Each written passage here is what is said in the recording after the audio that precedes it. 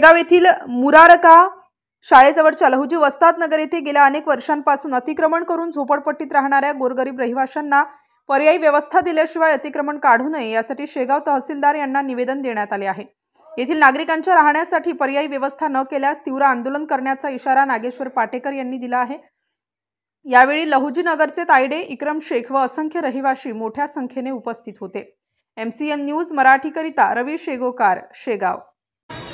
ABS क्रांती force Buldhana जिल्हा अध्यक्ष आज या शेगाव तहसील कार्यालय या ठिकाणी लहुजी नगरवासी आणि ABS क्रांती फोर्स यांच्या संघटनेचे सर्वच पदाधिकारी एका मुद्द्याला निवेदन दिलं की लहुजी नगर झोपडपट्टीचं अतिक्रमण पर्यायी व्यवस्था न करता काढू नये, अन्यथा ABS क्रांती फोर्स रस्त्यावर उतरून तीव्र अशा स्वरूपाचं आंदोलन करीन असा इशारा या ठिकाणी दिलेला आहे।